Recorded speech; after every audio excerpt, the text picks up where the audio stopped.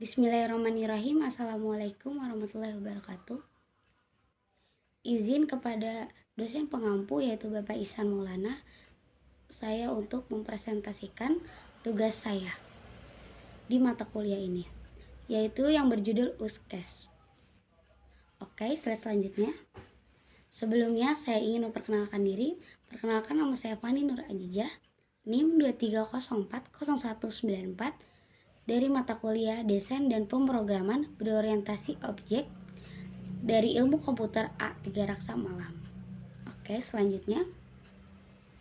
Apa itu USKES? USKES menggambarkan interaksi antara pengguna dan sistem. Fokus pada apa yang dilakukan pengguna, bukan teknis internal sistem. Jadi yang pertama kita bahas apa dulu, yaitu apa itu USKES. USKES adalah cara untuk menggambarkan bagaimana pengguna berorientasi dengan suatu sistem. Jadi ini bukan ngomongin cara kerja teknisnya, tapi lebih ke apa aja yang bisa dilakukan pengguna lewat sistem tersebut. Oke, slide selanjutnya. Mengapa USKES penting? Yang pertama itu membantu memahami kebutuhan pengguna. Yang kedua menjadi dasar perancangan sistem. Dan yang ketiga sederhana tapi powerful untuk komunikasi. Oke, membantu memahami kebutuhan pengguna. Kenapa sih USKES itu penting? Karena USKES bantu untuk kita memahami apa aja kebutuhan pengguna. Ini juga jadi dasar buat bikin sistem yang pas dan user friendly. Jadi sebelum bikin aplikasi, kita tahu dulu alur interaksi yang dibutuhkan. Oke, jadi kita tahu dulu alur apa yang kita butuhkan gitu. Jadinya itu jadi user friendly. Bisa dipakai untuk semua orang. Dan slide selanjutnya yaitu komponen USKES.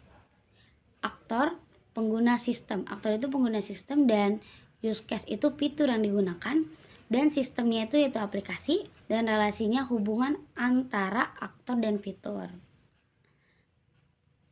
Dalam USKES ada beberapa komponen utama, yaitu yang tadi saya bacakan, ada aktor, USKES, sistem, dan relasi. Dan slide selanjutnya, referensi USKES diagram UML. Oke, di sini diagram menunjukkan hubungan aktor dan fitur.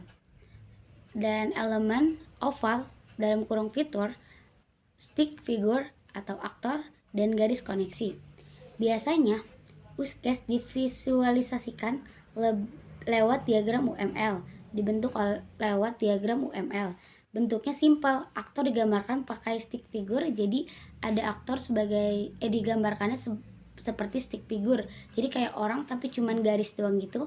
Terus ada USKES digambarkannya dengan oval, jadi ada USKES digambarkan dengan bentuk oval dan semuanya terhubung dengan garis, jadi semuanya menggunakan garis agar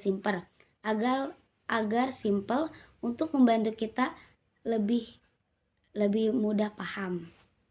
Oke, slide selanjutnya. Kelebihan dan kekurangan USKES.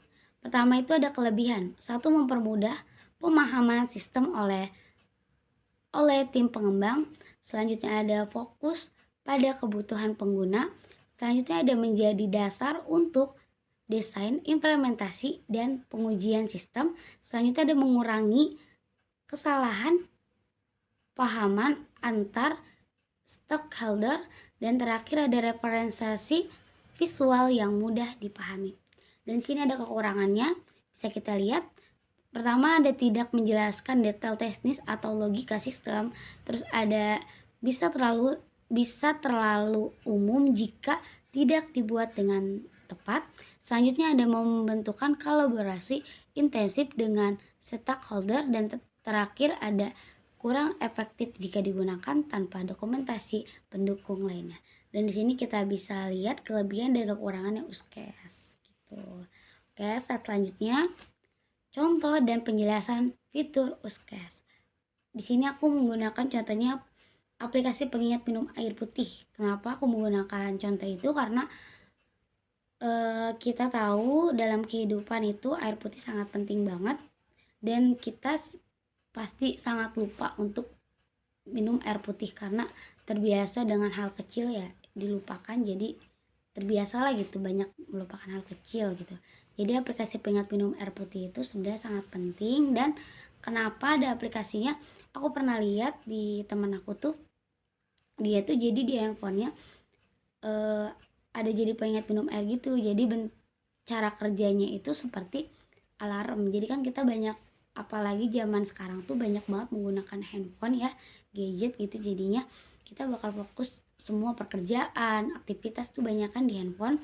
Jadi sampai kita lupa minum air putih kadang. Jadi di situ tuh ada alarm untuk pengingat minum air putih.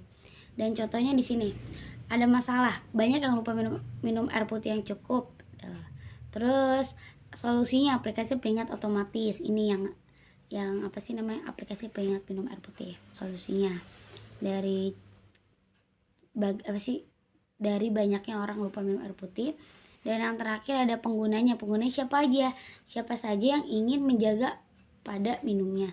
Jadi siapa aja yang dia sebenarnya ingin menjaga minumnya, cuman kadang dia lupa. Jadi dia butuh pengingat, yaitu aplikasi pengingat minum air putih. Dan pertama, atur target harian, misalnya 8 gelas 2 yaitu pengingat otomatis muncul tiap 2 jam. Jadi setiap 2 jam tuh ada notifikasi buat kita minum gitu tuh, mengingat minum. Dan ketiga ada tracking minum, grafik konsumsi. Dan yang terakhir ada reset target, ubah sesuai aktivitas harian. Tuh. Jadi itu kita bahas lebih detailnya. Yang pertama, pengguna bisa atur target, misalnya 2 liter sehari.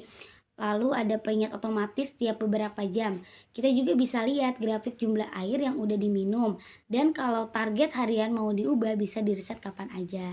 Jadi bisa kita atur, kita misalkan mau 2 liter per hari atau lebih dari itu juga kita bisa. Oke, slide selanjutnya. Kesimpulan. Jadi kesimpulan dari USKES adalah membantu pahami sistem dari sudut pandang pengguna. Selanjutnya ada contoh aplikasi air putih sangat dekat dengan kehidupan sehari-hari.